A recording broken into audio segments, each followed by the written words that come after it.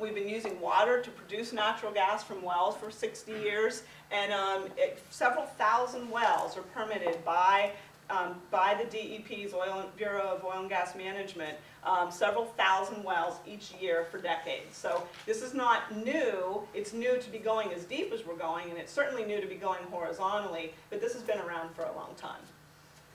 This is a picture of the shale, 95,000 square miles across 5 states, a little bit of Maryland here, small bit of eastern Ohio, and a little bit of southern New York State. But really the fairway, if you will, is right across Pennsylvania. About 20 counties in Pennsylvania have shale underlying. And one thing that I think isn't well understood too, this is not homogeneous.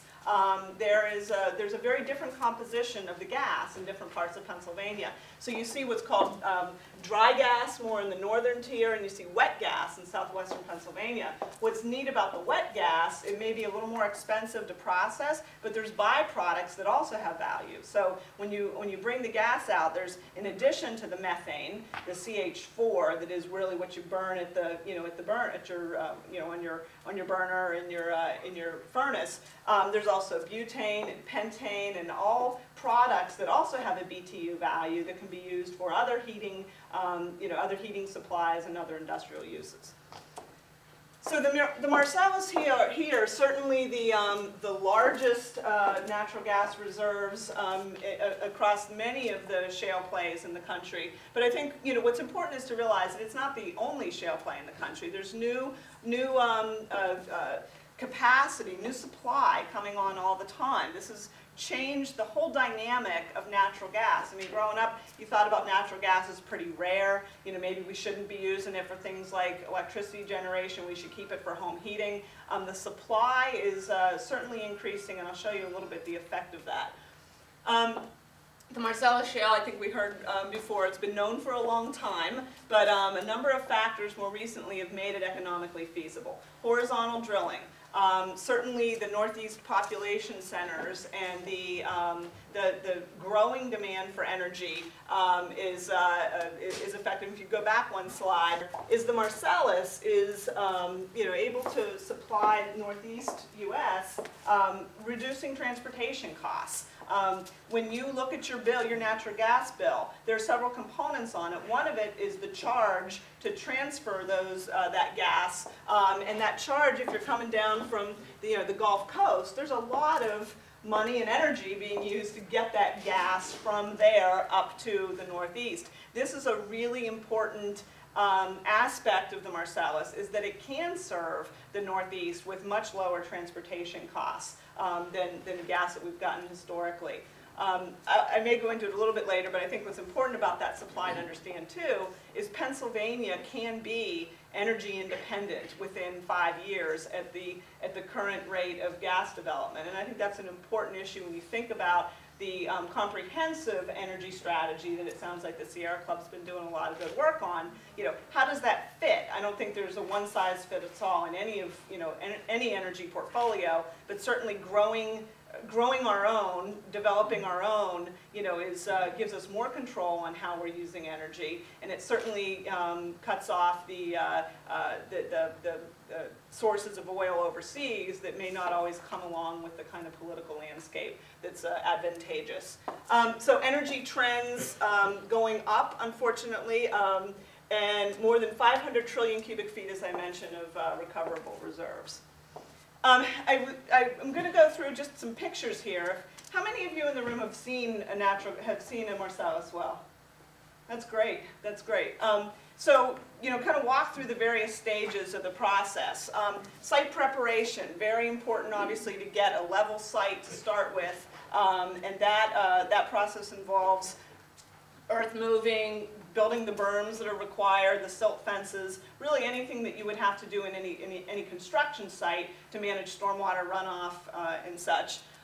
Then the drilling stage comes in, and what you see here is a rig that's been constructed on a pad. As you've heard, there's the ability to put multiple rigs on one pad. So in order to decrease the amount of time that you need to be drilling, these rigs, in a lot of cases now, actually can walk. So you drill the one The one well, it walks over, you don't have to deconstruct and reconstruct, and you can just go work your way down the pad and can put 8 to 10 wells on one pad.